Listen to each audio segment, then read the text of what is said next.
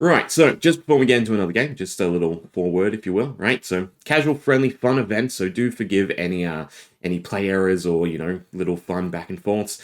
And then also on the editing side, right? It's not as legible as I would necessarily like it, but hopefully the editing magic has done its trick and you can still follow along with the side panels, right? But other than that, hope you enjoy. Right, so next game up, we have Marlynn versus Slippy, Russell versus Steven, right? So, Slippy starting off, and we get to see the other side of racking, right? The guaranteed go again. Is it relevant enough now that a news left the meta? We'll have to wait and see. I do think it leaves, some exciting possibilities, right? You have that guaranteed go again stealth attack followed by another debilitating stealth attack, and then you can weave in, pain the backsides, some of those other dagger-related cards, but we're starting off nice and easy turn one with a double trouble, right? So coming in for one, that can be amped up to a 3, being blocked out by a C4 salvage for 3, followed by a flick by the generic dagger, the token dagger, right? But I suppose the mark's all that matters, right? The dagger's going either way. And then we also get it amped by Razor's Edge, meaning that it gets the 2 from Double Trouble and the 3 from Razor's Edge, bring it to 6, meaning 3 chip damage across against the Marlynn, taking him to 36 with the 1 from the flick. Following that, we have a pain in the backside, being blocked out by a Pathing Helix, so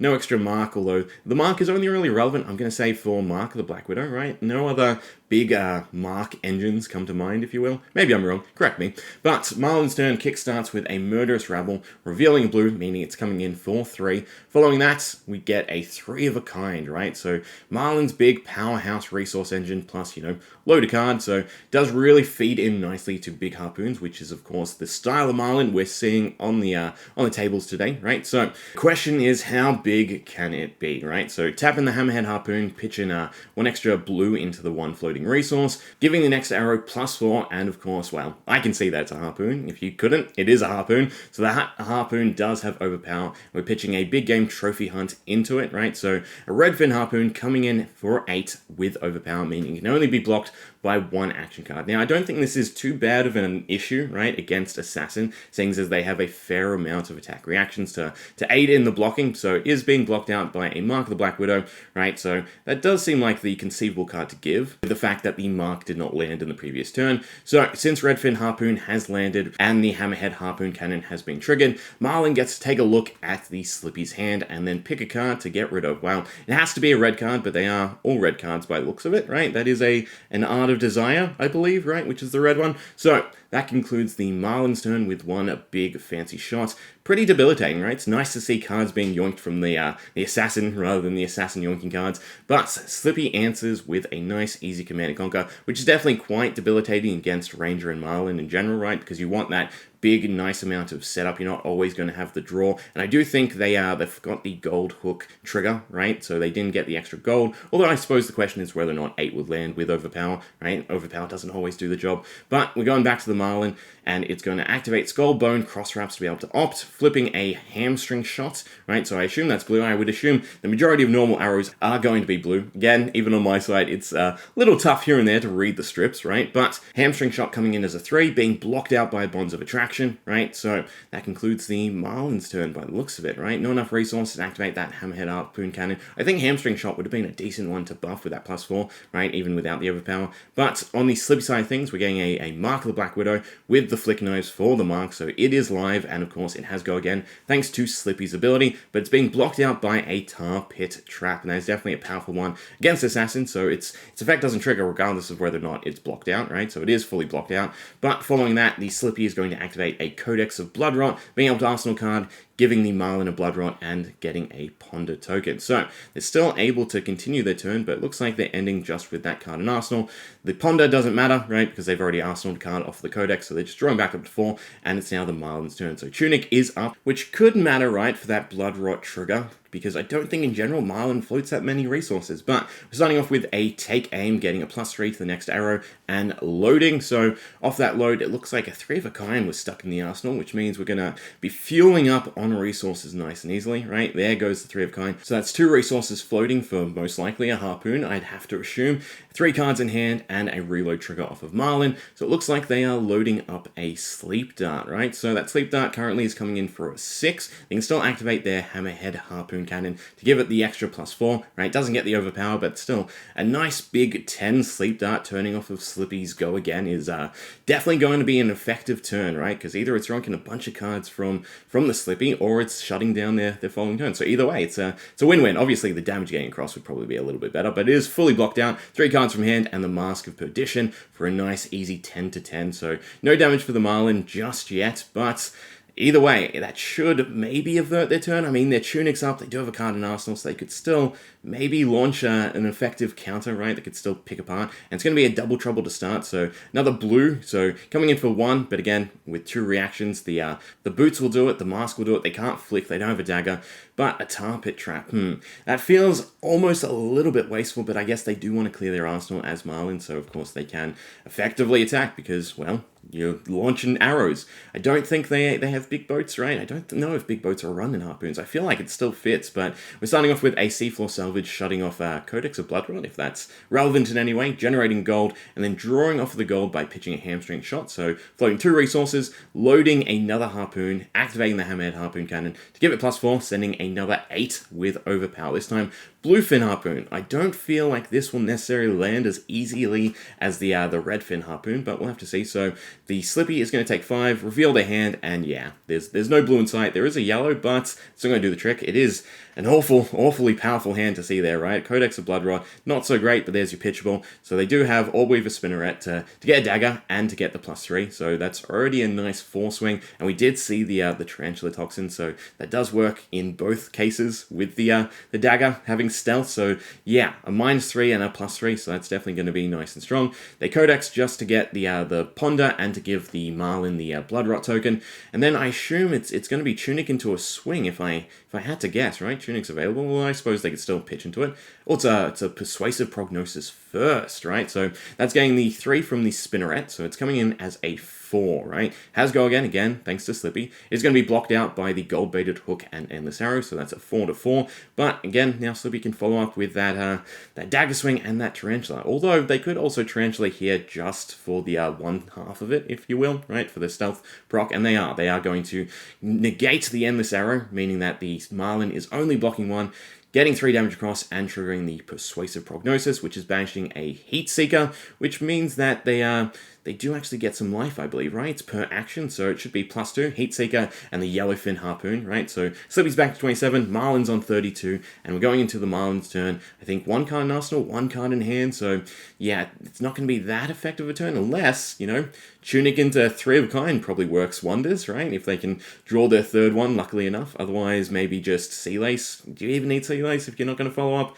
Yeah, it is Sea Lace. It's Pathing Helix, right? So that is a 0 blue arrow, which does load, so that could lead into something off the Tunic. So that is still a threat, right? So it is being blocked out by the Slippy, so no reload off of it. They're going to Codex to fetch themselves something, and again, they have the 1 resource off a Tunic, so there we go. It looked to be a sleep dart. I'm going to say it was a sleep dart. I mean, we'll see it in a second, yeah. So they did have the go again off the Sea Lace. They are using their Skullbone Cross Wraps to opt, and then it is Tunic into a sleep dart. So it's only a 3, but again, shutting off the go again for Slippy does seem quite impactful. So they should be able to yoink a card unless, well, no, I see it already. It's another Spinneret into Tarantula Toxin on the Slippy side of things. So they definitely don't need the hero ability. They are going to take the 2 from the Bloodrot because they have no resources left, right?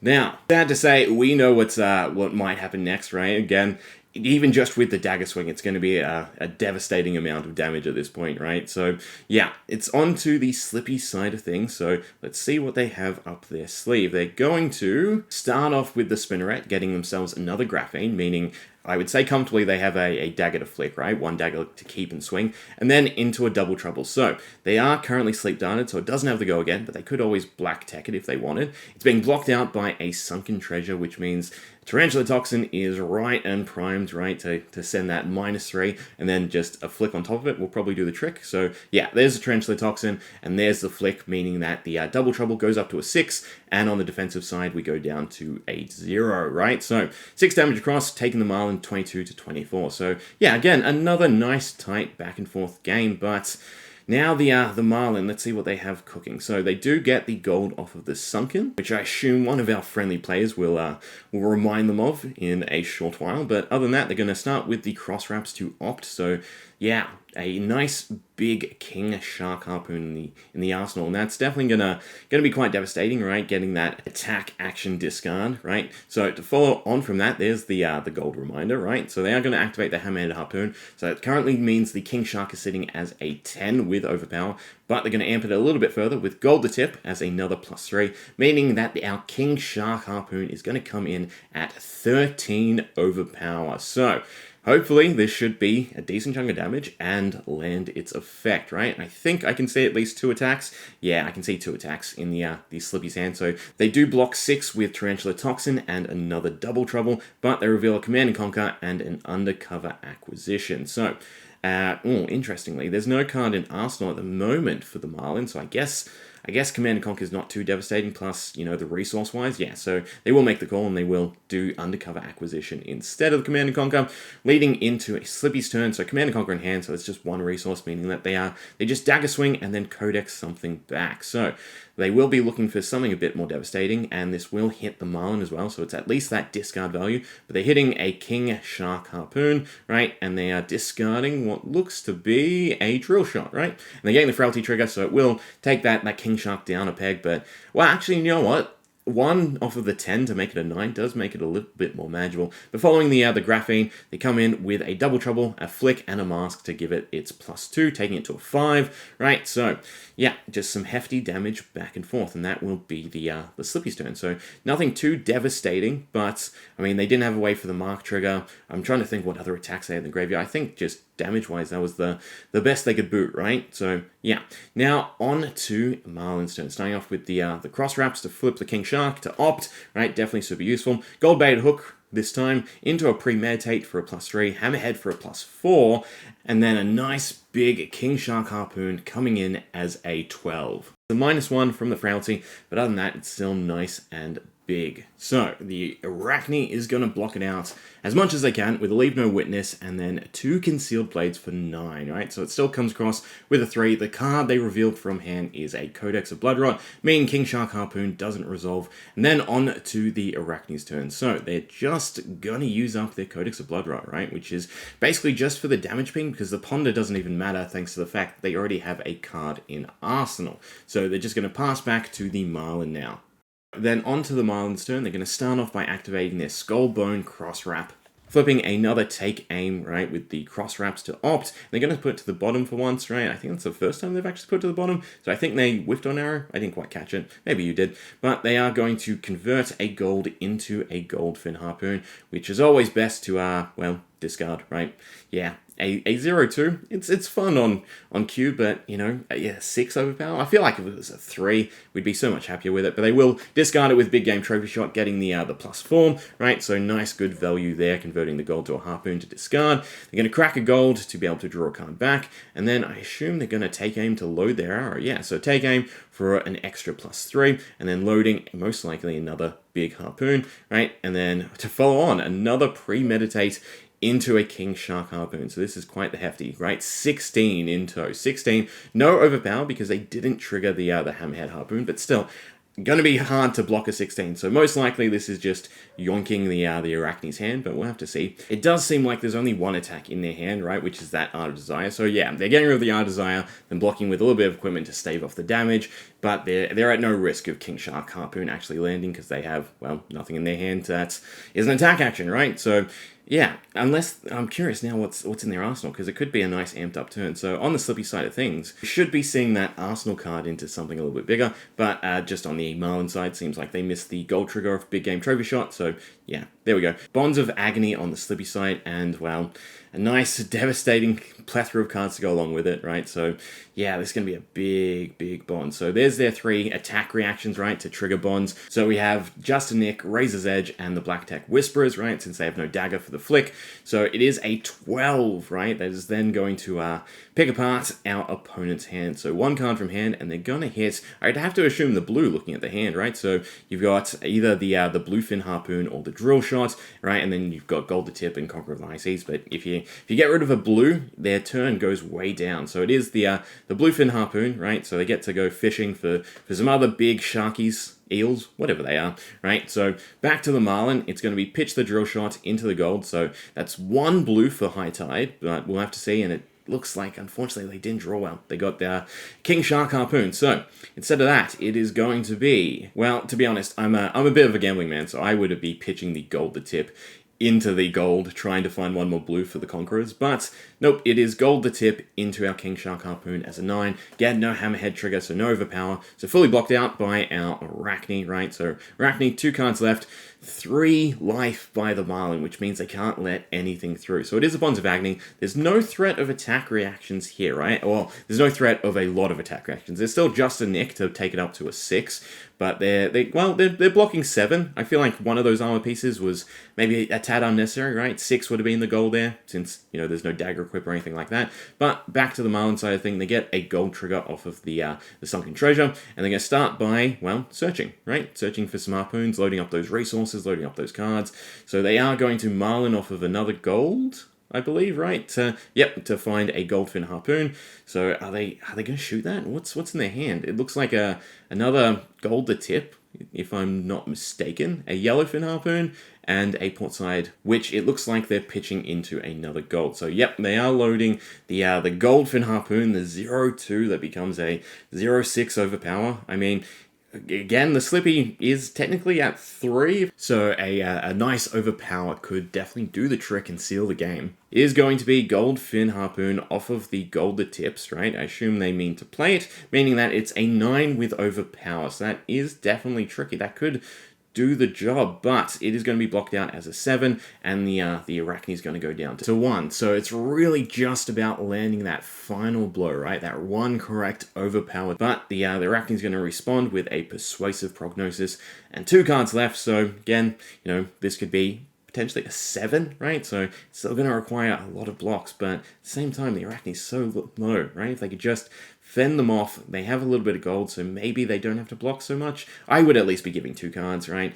And then it's a Leave No Witness for 4, so it was an attack reaction, but that's fine. They're going to block it out with a Pathing Helix and take the 1 and lose the Arsenal. No, it's a Tar Pit Trap, there we go, right? So negate its effect, but fully block it out anyway, right? So we're back to the Marlynn with 2 cards. They're going to trigger the gold, right? So float a resource, which you can definitely do a lot with, right? You get a load, so almost any arrow they hit, they should be able to use, since they also have 1 card in hand, right? So they are going to load a King Kraken, right? So King Kraken, non-attack action cards, I don't think is too relevant either, right? Because, again, attack reactions aren't non-attack. It almost feels like King Kraken should have been either attack reactions or non-attack, but it's going to be fully blocked out. Mind you, the Hammerhead Harpoon has not been triggered this turn, right? So it didn't have overpower.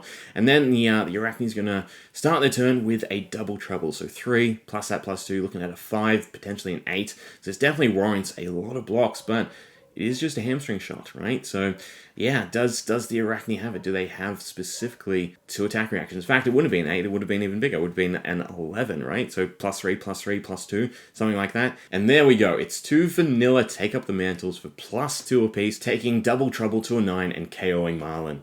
Right, and there we go. Another game down. So again, big thanks to Stephen Russell for providing the game, right? Other than that, hope you enjoyed. See ya.